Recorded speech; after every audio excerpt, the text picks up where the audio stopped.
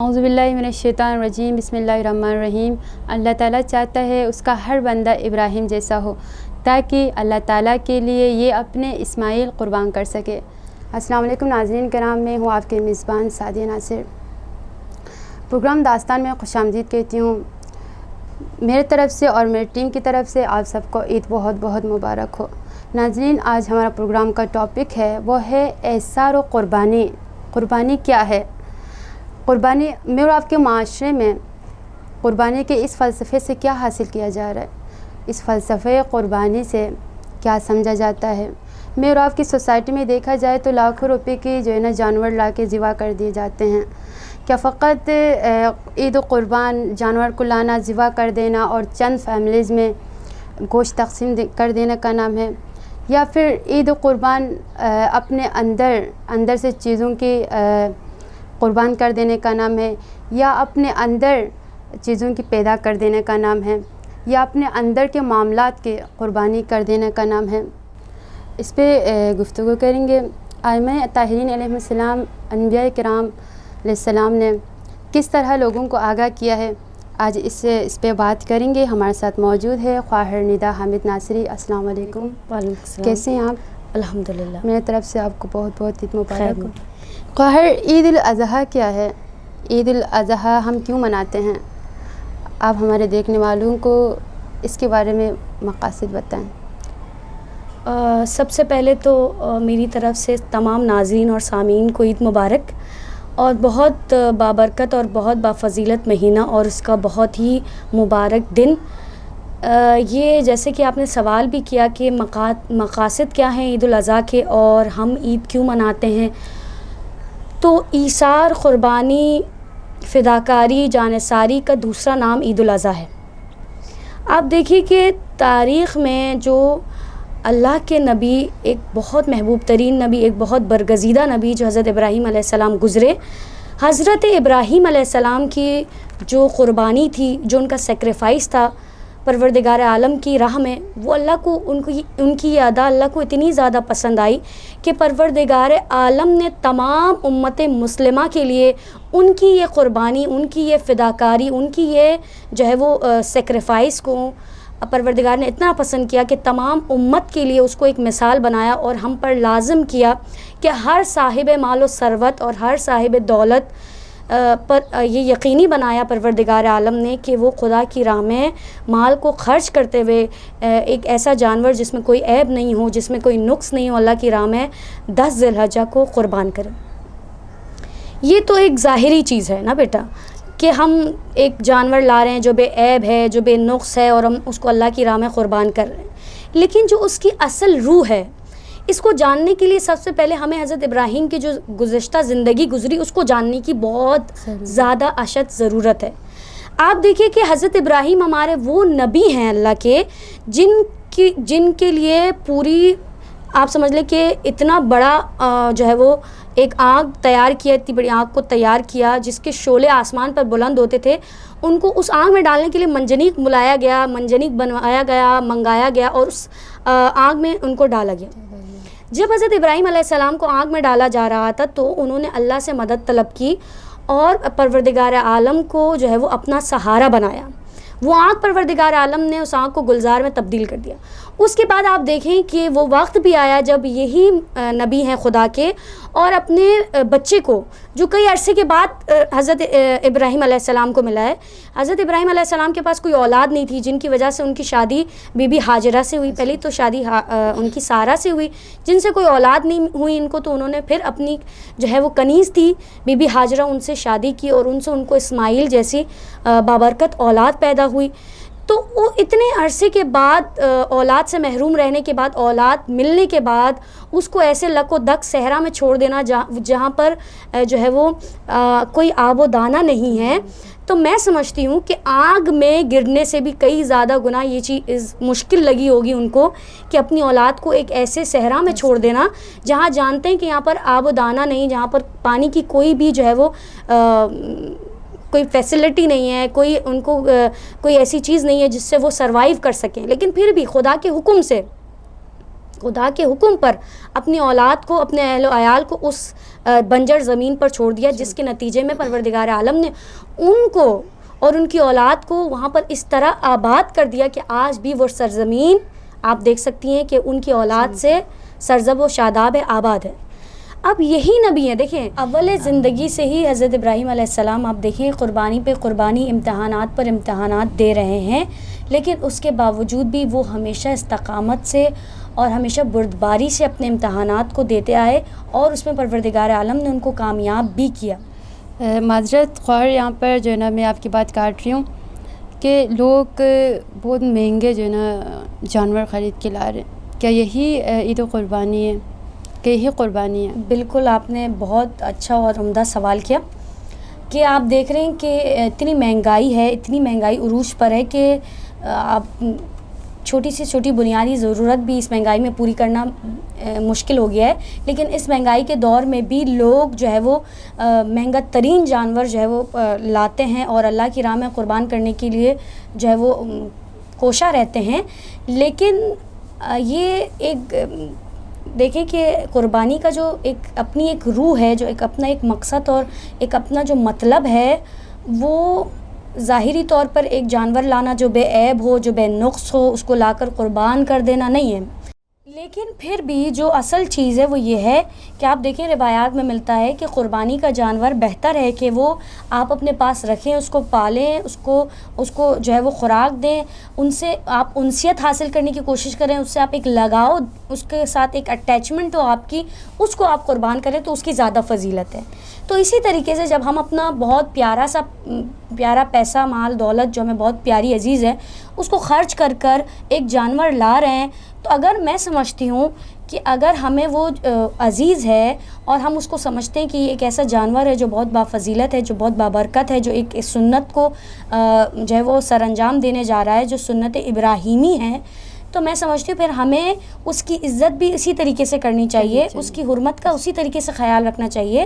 لیکن ہمیں دیکھنے کو ملتا ہے کہ جب جانور گلی کوچوں میں لائے جاتے ہیں تو ایک ایسا شور و غل اٹھتا ہے جیسے کہ کوئی طوفان آ گیا اور اوپاش اور اچکے لڑکے جمع ہو کر کہ نمائش کر دیتے ہیں۔ جی، یہ دیکھیں کہ ایک ریاکاری کا ایک ذریعہ بن جاتا ہے۔ نمائش دراصل اس کی ایک فضیلت کو اور جو ایک کہتے ہیں نا ایک اس کی ایک طریقے سے ایک مرتبہ ہے، اس نیکی کا ایک فضیلت ہے، اس کو کم کر دیتی ہے۔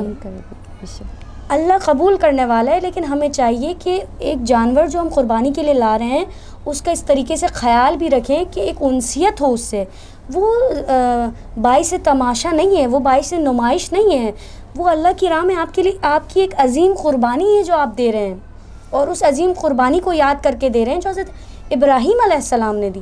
اور یہاں پہ میں اپنی ایک جو ہے نا سوال ایڈ کرتی چلوں کہ اصل ایثار کا جذبہ کیا ہے اور فداکاری کسے کہتے ہیں؟ اپنے عزیز سے عزیز جو ہے نا کوئی بھی چیز ہم جو ہے نا کسی راہ خدا میں جو ہے نا دی جا سکتی ہے، آپ اس میں بھی تھوڑا سا بتائیں۔ بالکل آپ صحیح کہہ رہے ہیں۔ دیکھیں روایات کے مطابق بھی، احادیث کے مطابق بھی جو اصل فداکاری ہے، ایثار ہے، قربانی ہے، وہ یہ ہے کہ انسان اپنی پسندیدہ چیز راہ خدا میں دے، اور انسان اپنے لیے کبھی بھی بری چیز پسند نہیں کرتا۔ اوبیسلی کبھی بھی میں اپنے لیے غم پسند نہیں کروں گی، کبھی بھی میں اپنے لیے غربت پسند نہیں کروں گی، کبھی بھی میں اپنے لیے جو ہے وہ کوئی بھی ایسی چیز جو مجھے نقصان پہنچائے میں اپنے لیے پسند نہیں کروں گی۔ تو میں اپنے دینی بھائی کے لیے، اپنے جو ہے وہ دینی بہن کے لیے میں کیوں ایسی چیز پسند کروں جو میں خود اپنے لیے پسند نہیں کرتی۔ اصل قربانی اور اصل ایثار یہی ہے کہ میں اور آپ دوسروں کے لیے بہترین سے بہترین جو ہے وہ پسند کریں۔ اور آپ دیکھیے کہ ہم نے اپنی اس قربانی میں سے بھی یہی سبق حاصل کیا ہے کہ اللہ کی راہ میں حضرت ابراہیم علیہ السلام نے جو سب سے عزیز ترین چیز ہوتی ہے وہ ہوتی ہے اولاد۔ حضرت ابراہیم علیہ السلام نے جب اللہ نے اولاد کی قربانی مانگی تو بھی انہوں نے اس قربانی سے دریغ نہیں کیا۔ اور آپ دیکھیں کہ ان کی جو زوجہ تھیں جن کو وہ لک و دک صحرا میں چھوڑ کر آ گئے تھے، اور پھر اس کے بعد کئی عرصے کے بعد جب ان سے آ ملے اور اس کے بعد وہ ان کے فرزند کو، بیٹے کو لے کے جا رہے ہیں ذبح کرنے کے لیے، لیکن روایات میں کسی بھی جگہ پر ہمیں یہ نہیں ملتا کہ بی بی ہاجرہ نے ان سے حضرت ابراہیم علیہ السلام سے کوئی سوال کیا ہو کہ آپ ایک عرصے تک ہمیں چھوڑ کر چلے گئے، پھر آئے ہیں تو ہمارے بچے کو جو ہے وہ آپ جو ہے وہ ذبح کرنے لے جا رہے ہیں. ایسا کوئی سوال انہوں نے نہیں کیا، بلکہ ایک عظیم خاتون، ایک عظیم ماں ہونے کا جو ہے وہ مثال دی. اور ہر اس ماں کو یہ پیغام میرا ہے جو مجھے دیکھ رہی ہے کہ حضرت ہاجرہ کی طرح اپنے ہر مصیبت میں ثابت قدم رہیں، اور اللہ نے جو بھی آپ سے قربانی مانگی ہے، ہم دنیا میں جتنی بھی آپ پریشانیاں دیکھیں، سرکمسٹانسز دیکھیں، مصیبتیں دیکھیں، پریشانیاں دیکھیں، تو اس میں ثابت قدم رہیں، اور اس پریشانی میں جتنی بھی قربانیاں آپ دے سکتے ہیں اللہ کی راہ میں، آپ دینے کی کوشش کریں. چاہے وہ قربانی آپ کی اپنے نفس کو کچلنے کی ہو، چاہے وہ قربانی اپنے جو ہے وہ خواہشات کو کچلنے کی ہو، چاہے وہ قربانی اس بات کی ہو کہ کوئی ایسی خواہش ہے جس کو پورا کرنے میں اللہ کی جو ہے وہ نافرمانی ہو رہی ہے، یا کوئی ایسی چیز ہے جس کی وجہ سے جس کو حاصل کرنا جو ہے وہ دوسروں کے لیے پریشانی کا باعث بن رہا ہے. تو ان سب پر اپنے جو ہے وہ اپنی خواہشات پر، اپنے جذبات پر اللہ کی جو ہے وہ مرضی کو مقدم کرنا ہی قربانی ہے. بے شک. یہاں پہ ایک قربانی حضرت اسماعیل علیہ السلام ہے جو کہ اپنے بابا کے چہیتے بیٹے ہیں، اور ایک قربانی حضرت علی اکبر علیہ السلام جو کہ اپنے بابا کے چہیتے بیٹے ہیں. معاشرے کے نوجوانوں کے سامنے یہ دونوں قربانیاں موجود ہیں. آپ اس معاشرے کے نوجوانوں کو جو ہے کیا پیغام دینا چاہیں گے؟ سعدیہ، آپ نے بہت خوبصورت سوال کیا ہے کہ آج کل ہم لوگ سمجھتے ہیں ہم بہت زیادہ ماڈرن ہو گئے، اور ماڈرن دور کے حساب سے ماڈرن جو سو کالڈ ماڈرن لوگ ہیں وہ یہ سمجھتے ہیں کہ بچے کے سامنے کبھی بھی قربانی نہیں ہونی چاہیے. ایک بچے کے سامنے کبھی بھی جانور اس کو قربان نہیں کرنا چاہیے، جانوروں کو جو ہے وہ بچوں کے سامنے ذبح نہیں کرنا چاہیے. دیکھیں سعدیہ، میں سمجھتی ہوں کہ ہمارا دین وہ مذہب اور وہ دین ہے جو ہمیں ہمیشہ سے اپنی اچھی سے اچھی چیز، اپنی عزیز سے عزیز چیز کو بھی اللہ کی راہ میں قربان کرنے کا درس دیتا ہے. ایک بچہ جب یہ دیکھتا ہے کہ یہ جانور، اور اکثر بچے جو ہے وہ معصوم ہوتے ہیں، تو وہ آپ جب بھی دیکھتے ہیں کہ جب جانور گھر کا کوئی والی و وارث جانور گھر لاتا ہے تو ایک عجیب سی انسیت کچھ دنوں میں ہی وہ اپنے اور جانور کے درمیان محسوس کرنے لگ جاتے ہیں. اور کسی کو دکھ ہو نہ ہو، لیکن ایک بچہ جب جانور کو کٹتا ہوا دیکھتا ہے تو اس کو تکلیف ضرور ہوتی ہے. اور جب ایک بچہ دیکھتا ہے، جب ایک جوان دیکھتا ہے کہ اس کے سامنے ایک جانور کٹ رہا ہے، اور ایک بچہ جب بچپن سے ہی ایک چیز ہوتے ہوئے دیکھ رہا ہے کہ ایک دن آتا ہے جب جانور آتے ہیں اور کچھ دن ہمارے ساتھ ہمارے گھر مہمان ٹھہرتے ہیں، اس کے بعد ان کی قربانی ہوتی ہے، تو وہ بچہ اس بات کو کہیں نہ کہیں سمجھتا ہے کہ کوئی ایسی ذات ہے جو سب چیزوں سے بالا تر ہے، جس کے لیے یہ تمام تر چیزیں قربان ہیں. آپ دیکھیں، آپ کسی بندے کو دنیاوی محبت میں آپ دیکھ لیں کہ اگر آپ کسی شخص سے محبت کرتی ہیں تو آپ اس سے چاہے جتنی بھی محبت کریں، کبھی بھی آپ اس شخص کے لیے اس کو اپنے ماں باپ سے زیادہ عزیز نہیں کہیں گی. کیا آپ اس کے لیے کہیں گی کہ میرے ماں باپ بھی تم پہ قربان ہو جائیں؟ کبھی بھی آپ ایسا نہیں کہیں گی.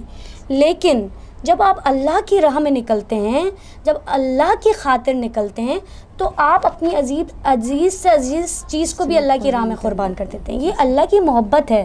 اور جو آپ نے مثال دی، وہ مثال امام حسین علیہ السلام کی جو آپ نے مثال دی، کہ خود بہترین تاریخ کے جملے ہیں عظیم شخصیت کے، کہ ہمارا جو دین ہے، اللہ کا جو دین ہے، وہ اتنا بہترین دین ہے کہ اس میں حسین جیسی شخصیت بھی قربان کی جا سکتی ہے.